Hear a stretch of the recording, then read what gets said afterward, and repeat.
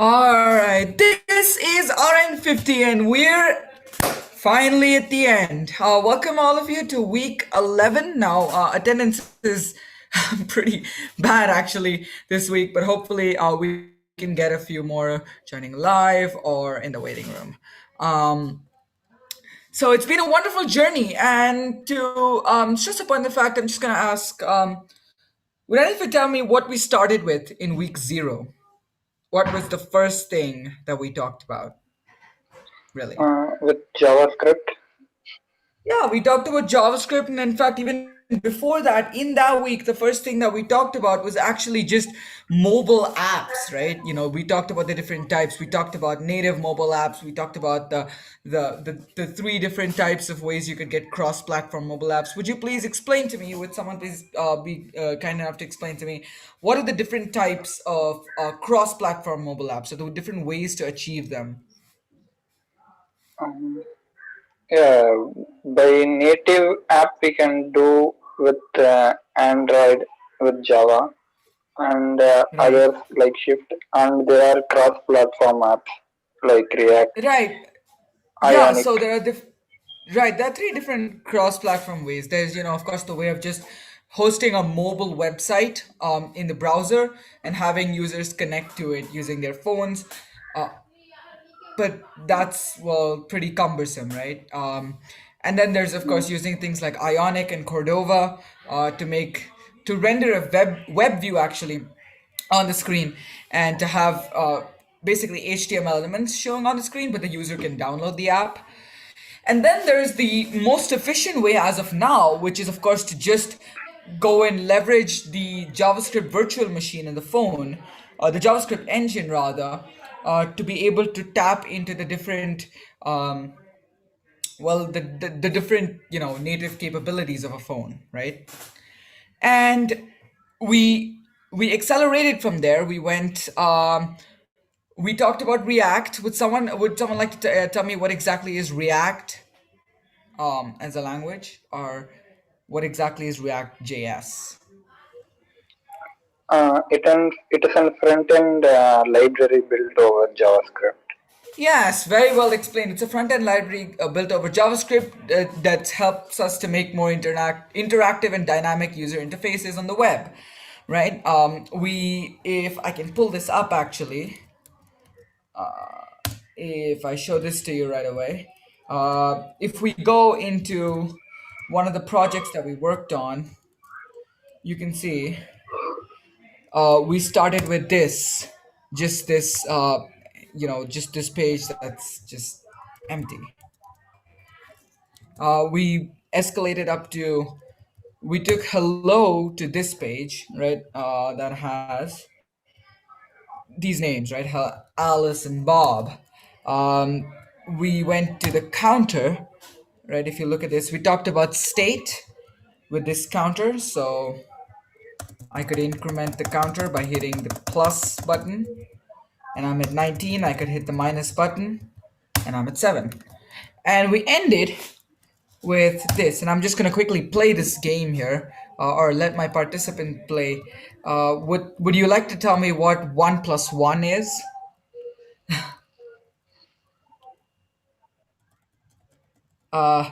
So we'll just play this addition game. Would you like to tell me what 1 plus 1 is? Two, Good job. So 2, and you can see our score increments. Then we have 9 plus 1. What exactly is 9 plus 1? 10, Good job. So 10. You can see the score incrementing. 11 plus 11 is our next question. 22, Yes, good job. 8 plus 7 is the fourth one. I'm not going to go wrong here because I do not want to lose. What is 8 plus 7? 15, Good job. Now we have 8 plus 6, but I'm going to say 15 here. And you can see the score doesn't increment and the question is repeated. So 8 plus 6 is 14. I'm going to answer that one. We've got 10 plus 9. What exactly is that? Math is ni- terrible. 90, 19. Good job. 9 plus 15. We're getting a little harder. I'm going to say 24 here. 21. 7 plus 14. 16 plus 10. 26. 17 plus 9 is also 26. And you win the addition game. So we ended with React, talking about that. We talked about key presses, right? Then we went into React Native, which was the basic, the main course. We talked about a few things there. We talked about lists and user input. We talked about SQL. We talked about the web world. We even talked about styling. And just to go over that again, what exactly do we use for styling our React Native apps? What's the component called?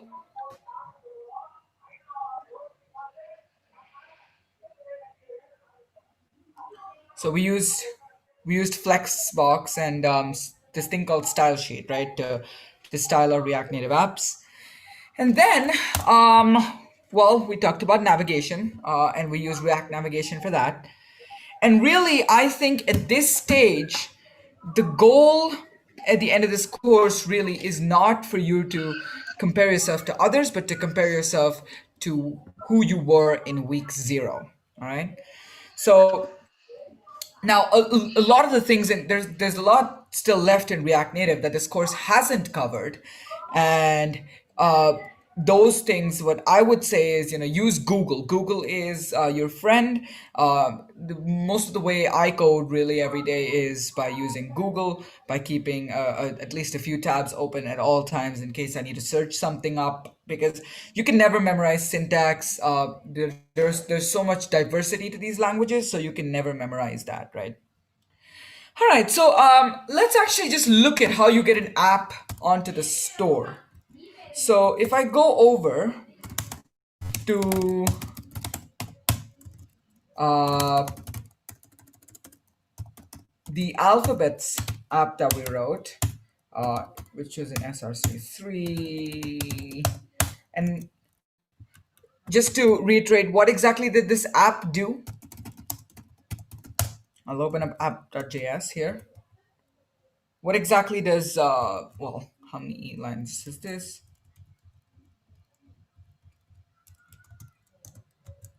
Whoops. What did these 83 lines of code do? We wrote this in week 3. So this just took an alphabet and like returned its position, right?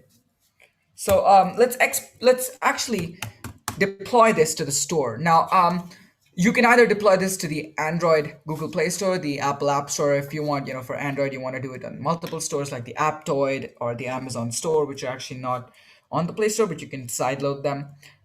You can do that too. So just GK question here. What is the file type that you can use to sideload apps on Android or install them without the Play Store? APK. Good job. So you have to use an APK file. Now, however, I'm going to ask this question. Have you heard of app bundles at Uh, all? no. Okay, so the way the Play Store works, I'm going to go into Android a little. I actually cannot deploy this for iOS because I do not have a Mac. But actually, you don't need a Mac, sorry. I do not have a developer account for Apple, which is necessary in Apple's case and not in Android's case. We're going to come to that in just a second. But in terms of app bundles, what they are is essentially they optimize your app, so that's what you send to the Play Store. So Expo actually makes it very easy to build these binaries. So the first step to deploy an app to the store is to actually build a binary or build, the final executable, right? That you're going to use. So the Expo easily handles that for you. But before that, you actually need to specify some um, well, dependencies or actually config. So if you look, we have a file called app.json. So if we open this, I've already done all the necessary stuff I need to do. You've got this expo, it's a JSON file, so JavaScript object notation. So we've got expo. We've got our name of the app. So this is what's going to show on their screen when they're in the app drawer. So it's alpha position finder. We've got a path to the icon. Now this is a relative path. It's /asset/icon.png. Now this is just a normal icon. You can actually replace this icon in any way you like. The version, which is 1.0.0, I'm actually going to change that. I'm going to remove the 0.0 I'm just going to change it to 1.0. Slug. Now, this is something that the Expo server uses. I'm just going to say alpha position finder. Now, the iOS section has the bundle identifier. So this is just like a domain, and it doesn't actually even need to be a real domain. You can just say anything. I'm just gonna say com.rn50 dot alphabets, and the build number I'm gonna change that to 1.0. In terms of Android, it's the same thing. The version code, you also need, well, it's called package in Android, and there's also version code, which is well, an internal ID for the version. And that's about it. That's all there is to the app.json. Questions you have based on, now there are other parameters that you can specify, and you can look at the docs in the expo documentation about that. That, and some of those are actually required when you're like taking permissions and stuff from the user, but not currently. Questions, any questions you have based on app.json and how to configure that?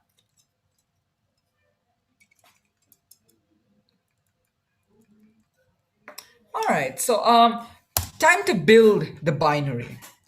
So to do that, now I'm gonna do it for Android because I cannot do it for iOS. So you have to type expo in the command line, expo build colon.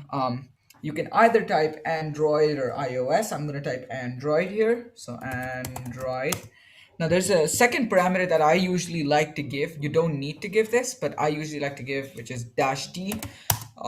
In terms of Android, that'll specify which type of binary do you want. You want an APK or an app bundle? Just gonna say, oh well, I'm gonna say APK.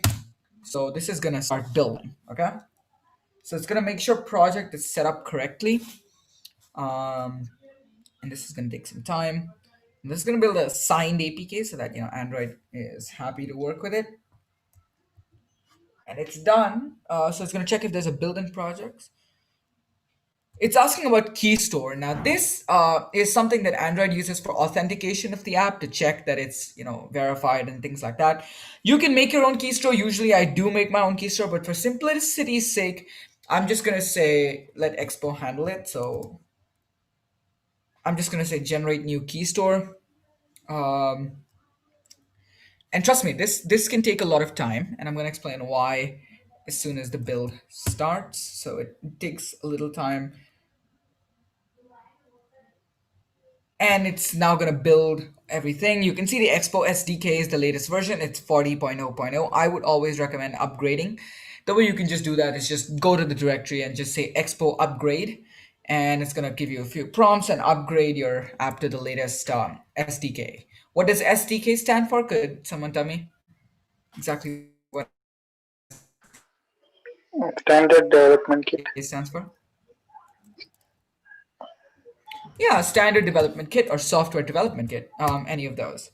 So it's starting up an Expo server for us, a very temporary Expo server, which it is gonna use to build this APK. So we're just waiting for it to do that. Now I'm just gonna explain how Expo really builds this APK. So the way it does it is it converts all your JavaScript code into a few JavaScript bundles, which it sends to the Expo site or the Expo server, and it gets built to there. And now the way that works is, well, Expo has it converts all the UI that is there. It converts all that to the native code. So if you're building for Android, it actually converts it to Java. But it leaves all the logic. So if you look at our logic in there, like the on button and like things like that, setting the state, things like that, it will just leave that as JavaScript code. Um, it will build the Java code. It'll compile the Java code, build it, and combine both the JavaScript and the Java code, and it will give us an APK. So we're just waiting. This can take a lot of time because Expo has what they call building machines, and based on that, it will basically take your build may be queued because there are other builds that are happening. It depends. It may take, anywhere between 1 minute to around 30. All right. So let's talk about the Play Store. Okay. Could someone tell me what they know about the Play Store? What exactly is the Play Store? It is the place where every developers place their app and the users will get. Yeah, so it's a place for developers to upload their apps and users to Mm. download. In this case, since we're developers, we're going to upload an app, right? Now, the ideal situation would be that anyone could upload an app. Unfortunately, that's not how it works. So on Android, this is called a Google Play developer account. And before I go, you can see it's building JavaScript bundles. So it's building our JavaScript bundle here. It's at 52%. It stopped here for, oh, there we go. So it's moving again. So it's moving along at a nice pace. It's at 67%, 78. So it's basically converting all our JavaScript code into bundles. 84%. Oh, we're gonna wait for this to complete and I'll continue after that. It's 86, 90. Okay, it's done, I think. Oh, it just glitched. Okay, it's done. So what it does is it converts all that managed workflow stuff to things that you would get from a React Native CLI. And now it's saying build queued. So now we're waiting, okay? So let's talk about the Play Store. Now, on Android, this is a Google Play developer license, as I said. It's a one-time purchase of $25. I personally actually have a Google Play developer account or a license, which I purchased. And on iOS, this is called an Apple developer account, which is actually much more expensive. It's $100 per year. So you'll have to watch out for that. Now, a few things about the Play Store. Let's talk about the Play Store first. I'll show you the console in just a second. So the way it works is you upload an app to the Play Store, and you have a lot of configuration that you have to do in terms of pricing, everything like that. And then you wait for anywhere between 2 to 7 days for the app to get verified by Google or Google Play. And once it is done, it will be uploaded onto the Play Store for you. So you can actually go there and check. While we're on it, let's talk about app bundles. So I talked about app bundles earlier. Now, what are these? Well, what app bundles are is what they do is it converts your big APK file into many smaller APKs, and the way an APK works is it actually has a lot of things. Okay, so like it'll actually make it multilingual. So if you have oh, I don't know, your phone's running on Hindi language, probably it would actually convert the app into Hindi or things like that, right? Um, so it actually it breaks this APK down into smaller APKs, and it only installs the APKs that are necessary for your device. So if you're using English, it'll only install the English APK, the English India APK, things like that. So it's much easier. So can someone tell me what is the advantage of this and why do app bundles have such an advantage? What is the main advantage over just uploading your APK to Play Store, which you can do, but Google Play doesn't recommend it. Why? Maybe in mobile we have limited RAM size, so if Right. less So memory, it will be better. yeah, so what it'll do is actually not exactly memory, but it will save storage space because Mm. if I just uploaded my APK, someone would have to download the whole APK with all the different language packs, everything, right? The universal APK, Mm. and that would be probably around in terms of expo like 45 MB. But if I were to upload the app bundle and download it from Google Play, it would only download the APK that I need, which is going to be much smaller, around 20 to 10 MB. So it saves a lot of space. What is the second advantage? Maybe you could tell. Is that about security? Yes, it is about security. Because APKs can easily be decompiled, but app bundles cannot because they have many different APKs inside them. There's one more. Could anyone enlighten me on that?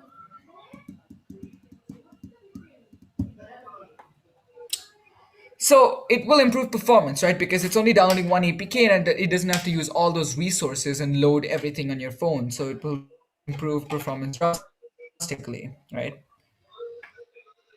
So those are the few advantage, and those are why Google Play actually accepts it actually prefers app bundles. So let's actually before that questions about Google Play and how does its policy work.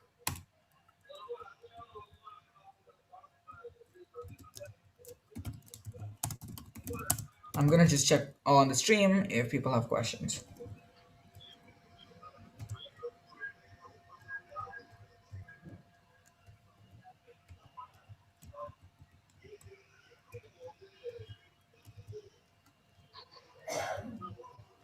Okay, so chat's pretty quiet. All right, so let's actually look at the console. So if we go to, oh well, Google's taking time. Oh no, it's not. So let's open. So once you get a developer account, you have to go to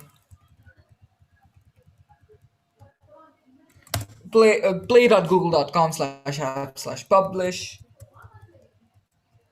Oh, it's loading the console, and you can see this is the Google Play console. I have a few apps here, and you can see I've got hang free, and it shows you the domain name,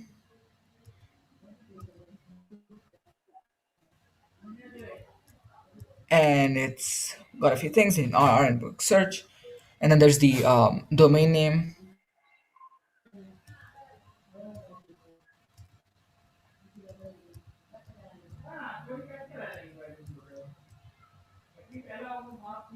and you can see it's the and you can see those.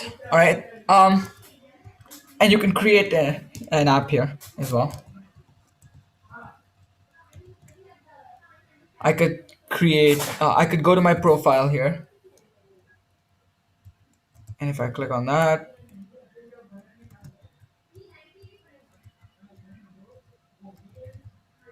if I click on my account name, it will ask me to sign in, so I can do that. It's gonna take.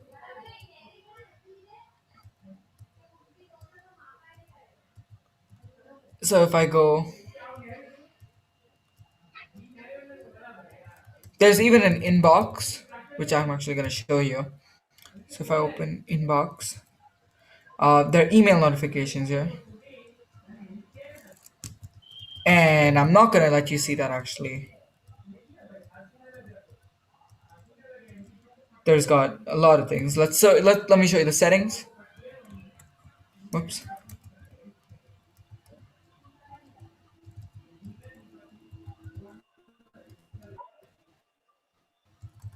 So you've got a lot of things here. Let's go to preferences,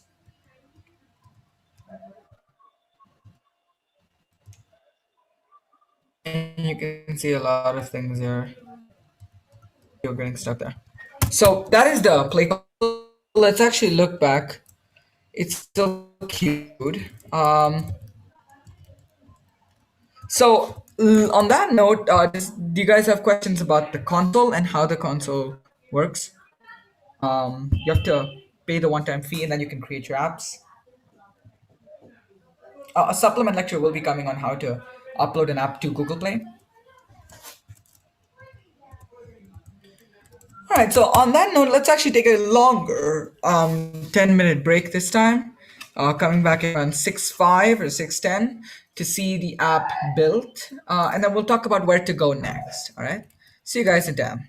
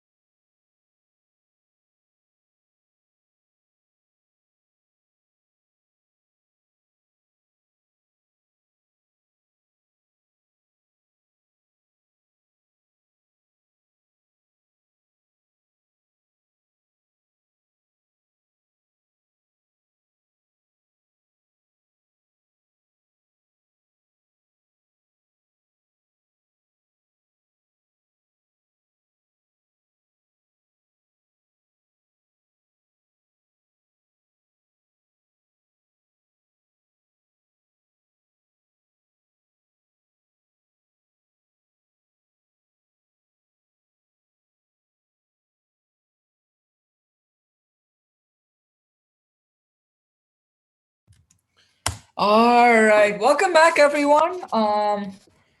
And let's share back and look at the windows so we can see build in progress now. So it's actually building our app.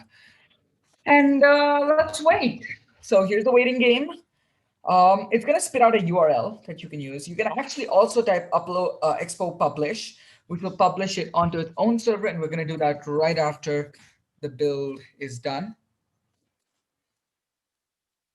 So we're gonna wait. Um, Still waiting. It's telling us that the build is in progress, which is it's okay, works. Still in progress.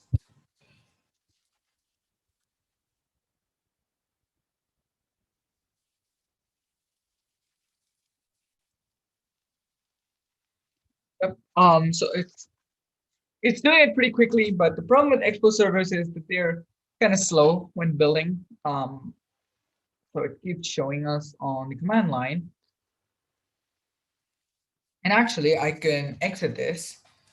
I'm going to hit Y. And if I type Expo status, oh no, that will not work actually. If I type Expo build colon status, we'll actually see we can actually get back to doing other things in the command line and just get back to this directory and type the same command. And we can see that the build is in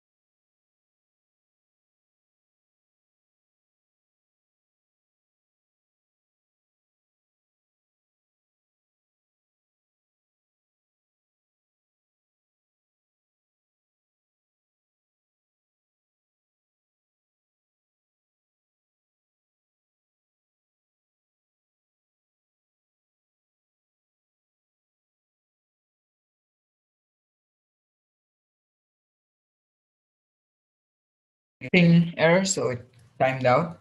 Let's check that again. So we're opening up, and you can see it's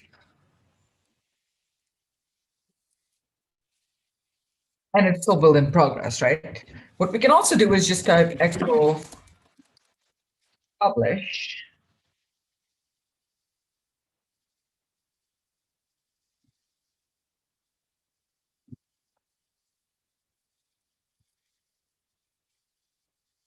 It's going to build it again.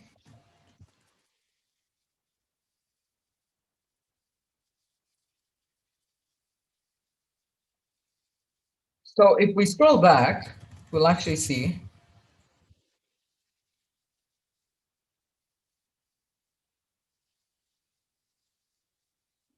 Oh, it's building its JavaScript bundle. Um, so it should almost be done. And it's done. You can see. And if we open a URL that I just copied from the command line, um, if we copy this URL and if we open it in a browser window here,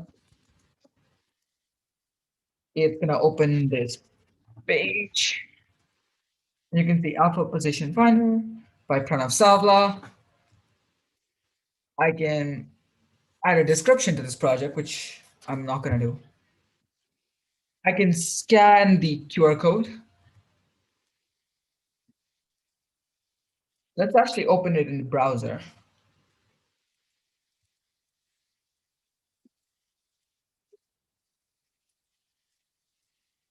It's doing its thing.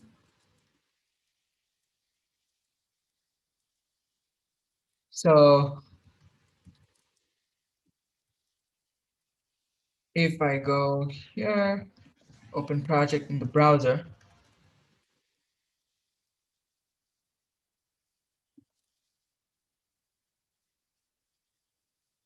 oh,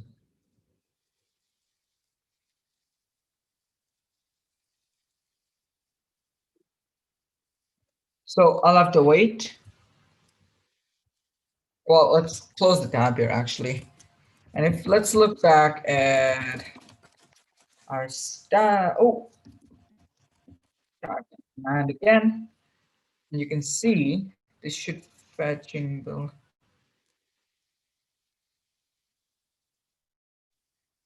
It's still in progress, but that's okay. Let's go back and try that, opening it in the browser, shall we?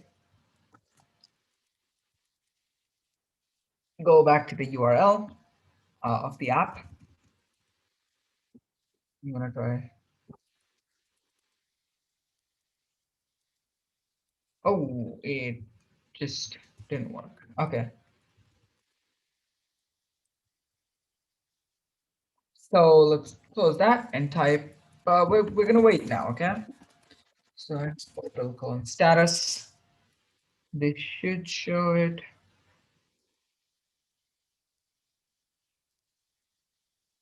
It's still in progress. All right, so it's gonna build an APK. And what I'm gonna do is paste that link of the project in there for a second, and I'm gonna open up.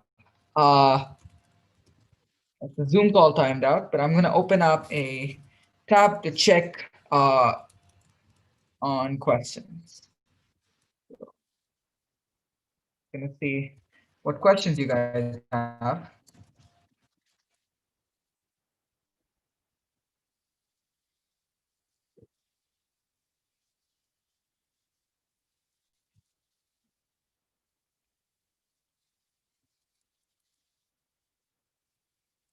All right, so that's pretty quiet. Let's check the build.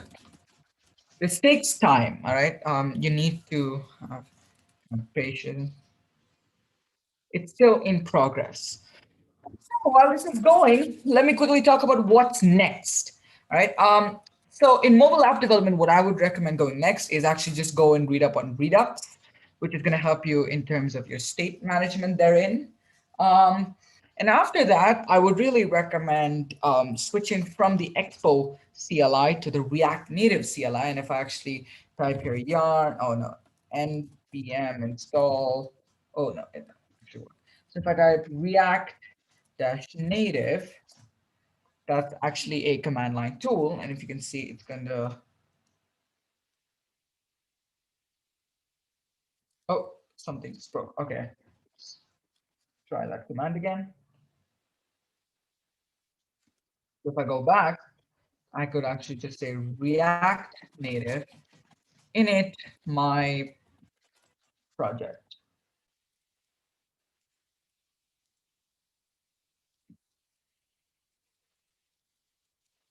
And it's doing its thing. It's going to use yarn for me. And okay, oh no, there we go. It's stuck at 583, which is kind of funny because it's just one step below.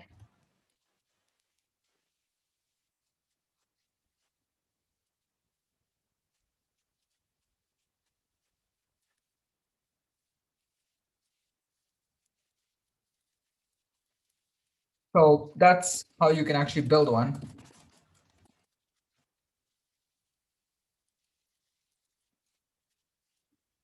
So if we go back to the oh, alphabets, and if we go expo build status, hopefully that should give us.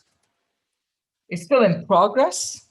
Um, so that's one way you can go. Now the next is in terms of text editors, I would recommend you not use Notepad like I did because I did it for simplicity's sake. What you can use actually uh, instead is this. Visual Studio Code is a very lightweight text editor, and it allows for much quicker code editing. So if we open the editor here, you can see, oh, yeah, there we go. So it looks very simple. And oh, I think, okay, There we go. And it's very simple because it's lightweight and you can install different extensions for different languages, so it's much easier to use. So Visual Studio Code would be one thing. Uh, in terms of servers, we used Heroku for this one, but I would not recommend you to do that because it's not as powerful. It's good for entry level sites, but what I would say is you could use something much more robust. And finally, a few techniques that we used in this course, like React navigation. What I would recommend you to do is at least use React navigation going forward. So if we look at some apps, the way that we structure them is we have a root directory which has just the app.js file, which will just render one component. That's the navigation component. So it's probably only around 3 to 4 lines long. All right. And then we have a folder called navigators, which will have all the different navigators. So if you're using like a tab navigator and a stack navigator, probably a few stack navigators and a tab navigator inside that, or something like that. You store all those navigators there, and those navigators will use screens. The screens will be in a folder of their own called screens, or you could even call them components, which would have different components, right? It would have like all the different components that you need. You could actually structure it even more in terms of the different navigators. I personally don't do that because it's an easier path to type. And finally, you could also make a folder called helpers, which has different components for like the helpers. For example, you could have, if you're doing a tools app, you could have a random.js component. You could have a dialer.js component that will help you like dial in a number asynchronously, things like that. So folder structure, that's what I would suggest. And of course, a file in your top level directory actually called styles.js, which would just have the different style sheet components that you need. And you can just import whatever styles you need. So it makes each file much smaller. And in fact, the advantage is if you need to use the same code in another project as well, you can just go and import the file or actually get the file. So that's about the different techniques that you can use. I would recommend using Linux for React Native development, even though I've used Windows here. So now we're gonna wait for both. Now, also, I would recommend you test these things, the apps using NAVD, which is an Android or iOS virtual device. iOS actually has its own simulator, but Android has virtual devices. And that'll allow you to like have your phone somewhere else and actually test everything on your computer itself, and the only time you need to test on a phone is when you actually deploy your app, so it makes workflows much faster. Finally, I would recommend using client-side code as much as possible.